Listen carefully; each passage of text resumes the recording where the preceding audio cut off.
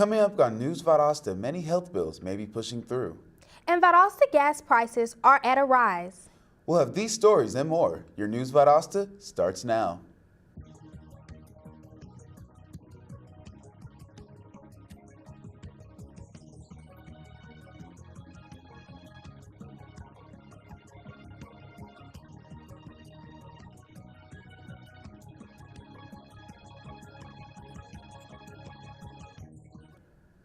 Welcome to News Valdosta. I'm Brittany Blake. And I'm Nick Gillis.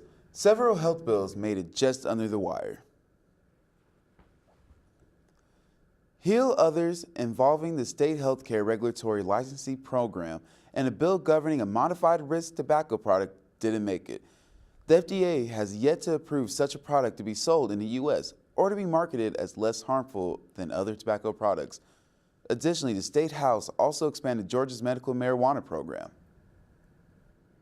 If you plan to go out of town soon, expect some higher gas prices. This past week, Valdosta's gas prices increased following state and local trends. According to the AAA Daily Fuel Gauge report, the average Sunday gas price was $2.38, which is 2 cents higher than last week. According to GasBuddy.com, the lowest reported gas price in Valdosta on Sunday was $2.25 per gallon at a store on Baytree Road. The talk of making schools safer is a concern for Georgia lawmakers. Republican-backed proposals in both the House and Senate to create study committees on school security was announced by legislators on Tuesday. The purpose of these committees would be to write a report later this year on what they find. This announcement originates from last month's Florida school massacre. House Speaker David Ralston said that the House version of the fiscal year 2019 budget will include $8 million in bond funding for school security. Lawmakers in Georgia may consider legislation that supporters say is needed to make sure deportation of people in the country illegally who commit crimes. This bill is called the END Act and will allow and require police to notify prosecutors and federal immigration authorities when a suspect is illegally in the country. This bill passed the Senate on Monday, and the House is expected to view this in the coming weeks. When we come back, we'll have a look at how you can keep your own section of a street clean. Don't go away.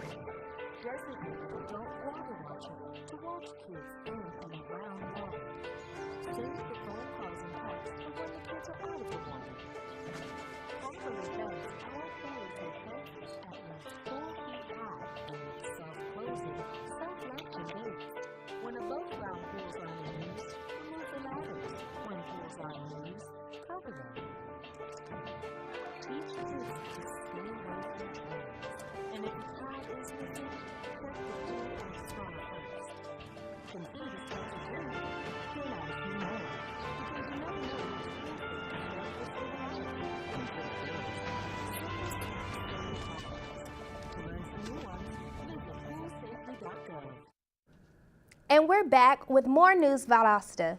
KLVB is sponsoring Adopt a Road/Street Litter Program.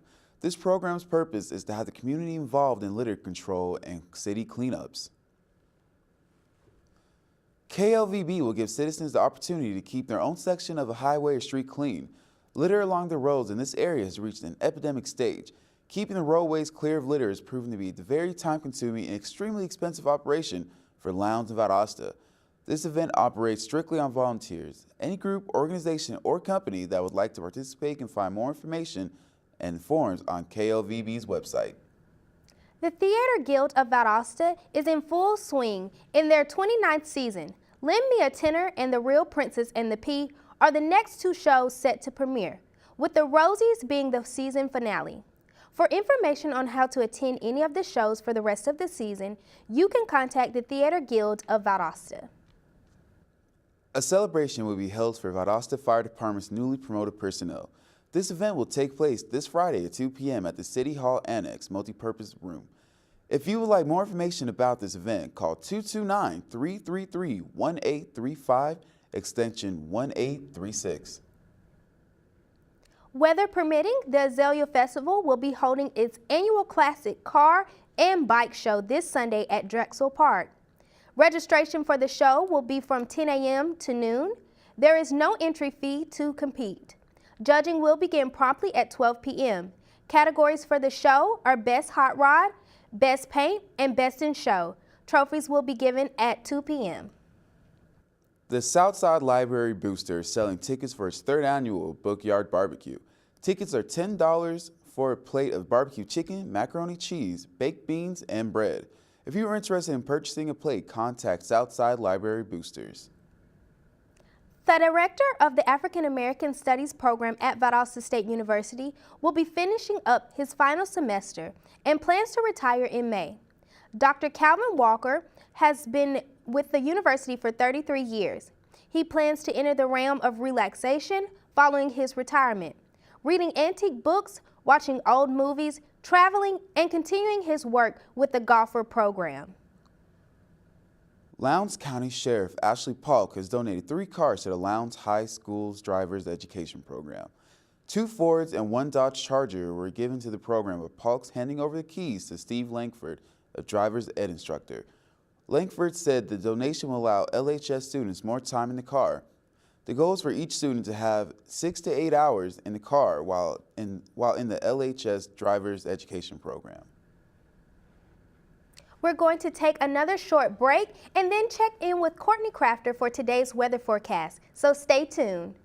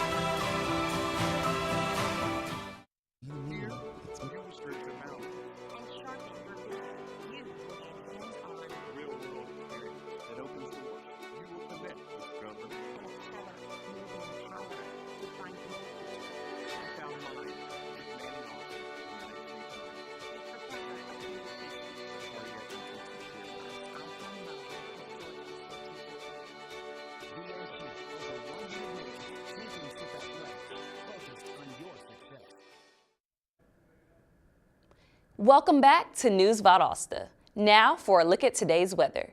Temperatures in Valdosta are still cooling down and will continue to drop within the day. Today we have a high of 61 degrees with a chilled low of 37 degrees. Humidity will be at 39% with wind chills at 13 miles per hour. There is a 0% chance of rain today. Temperatures are predicted to increase as we progress throughout the week. We'll get some cooler weather tonight as the temperature will drop to the mid-30s with about a 10% chance of rain. The humidity will increase throughout the day and will get up to 62% into the night. Winds will be light at 3 miles per hour. Tomorrow we'll have a high of 60 degrees with a low of 30 degrees, very similar to today's temperatures. There will be a mainly sunny sky tomorrow. Humidity will be at 43% with wind chills at 14 miles per hour. There is a 0% chance for precipitation, but enjoy the sun while you can because we will have a rainy weekend from Saturday on into Monday. Valdosta's UV index will reach a high of 7 on a 10-point scale around 1 p.m. today. This could mean high risk of unprotected sun exposure, so stay in the shade near midday when the sun is the strongest. Tomorrow's index will reach a high 6 out of 10. The risk of sun exposure are about the same, so please stay protected with sunglasses and sunscreen. Today's pollen count is very high at a 9.7 on the 12-point scale. So if you are like me with seasonal allergies, you will feel symptoms today. Ragweed pollen counts are low for the day, but tree and grass pollen counts are very high. Tomorrow's pollen count is a high as well at 8.3, with tree and grass pollen being the main source. Valdosta's own Dayton Hall was the 21st pick in the first round of Major League Baseball's annual draft. We'll have this story and some others in just a minute when we look in News Valdosta Sports with anchor Nick Gillis, so don't go away.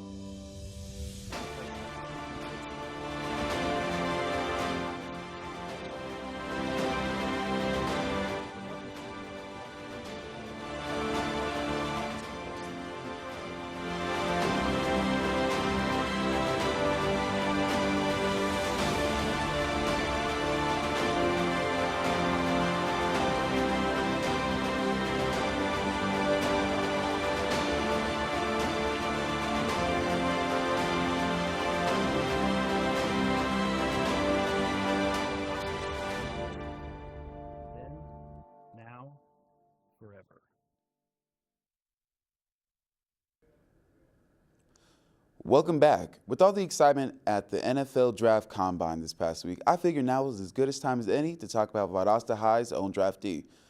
A little over a year ago, Dayton Hall, better known as D.O., was drafted with the 21st pick in the first round of Major League Baseball's annual draft. He became the 12th player from Valdosta to be drafted and the first to go in round number 1. Although the left-handed pitcher's career has gotten off to a modest start, he has been seeing ample time on the mound. Through the 5 games of his very young career, Hall has seen 5 starts, faced 49 batters, and earned 12 strikeouts against the stiff Gulf League competition. The Orioles see potential in the budding prospect and hope that their pick will come to fruition. Valdosta State's baseball team pulled out an amazing 5 runs in the final inning of play Sunday for a victory over the West Alabama Tigers, winning by a score of 9-7. VSU was tied 4-4 with the Tigers until Blazers made those 5 runs in the top of the 10th inning. The Tigers managed another 3 runs in the bottom of the 10th, but it just wasn't good enough to win the game. The Blazers are now 7-11 for the season and 1-4 in conference play. VSU softball team also beat the Tigers in their matchup Sunday in the Gulf South Conference. The Blazers took the game 8-5, coming from behind 4-5 in the top of the 5th inning. This weekend, the Blazers will face Alabama Huntsville in more softball action. Now, this past weekend, the Lowndes High boys track and field team took home first place at the Larry Clark Invitational at Bainbridge High School. The team racked up 6 first-place finishes in individual events, including Morgan Jameson in both the 200 and 400-meter dash, the 4x100 relay team, Daryl Griffin in the 800-meter, and Brishan House in both the 16 and 3200-meter run. You can catch the Vikings back in action again this Saturday for their meet at Ware County High School. Well, it looks like both VSU basketball teams are headed for the play in the NCAA tournament. This marked the 2nd year in a row that the VSU men's team won the regular season title in the Gulf South Conference. Not to be outdone, the VSU women's team also will advance to NCAA play. Tournament play starts this Saturday. And that's our sports report for today. When we come back, we'll learn about a woman who paid a call on Valdosta's Second Harvest Food Bank, so stay tuned. I am a veteran, and my victory was finding the strength to be a champion. I am a veteran. My victory is having a job I can do. America's veterans are on the most important tour, the tour of their life. My victory is finishing my education. Mine is proving a disability is not a disability. We're on a mission to help veterans and to benefit them. My victory is having my new settlement. As veterans face their challenges, DAV is there to help to make them great and smart. I'm a veteran, and my victory is the help I need to put my life back together. DAV offers veterans of all generations a lifetime of support. I am a veteran. My victory is being there for my veterans. When America's veterans win, we all win. Help us support more victories for veterans. Go to DAV.org. And we're back with News Valdosta. Beast of Burden Challenge includes Valdosta. Jess Crudy plans to volunteer at all 200 Feeding America Network food banks across the country, from Alaska to here in Valdosta, where she visited last week. Second Harvest of South Georgia was the 169th food bank visited as part of the Beast of the Burden Challenge, which was created by volunteer Jessie Crudy. Second Harvest is the largest rural food bank in the state and serves 30 counties. Checking Second Harvest off her list, Crudy is 31 food banks away from her goal of visiting 200 in all. According to Crudy, this challenge has been tough but amazing. The adored Dr. Seuss books took over the first floor of the Honors House at Valdosta State University recently as children celebrated the author's birthday with the Honors Student Association. Kids explored the house and participated in activities inspired by The Cat in the Hat, Horton Hears a Who, and Hop, Pop on Pop. Student members of the American Chemical Society were present to assist the young guests with scientists' experiments. AHA President Tiana De Achille said the association has been hosted Dr. Seuss Day for at least 5 years. That's it for our program today. Thank you for watching News Valdosta. I'm Brittany Blake. And I'm Nick Gillis. Thanks for watching. We'll see you next time.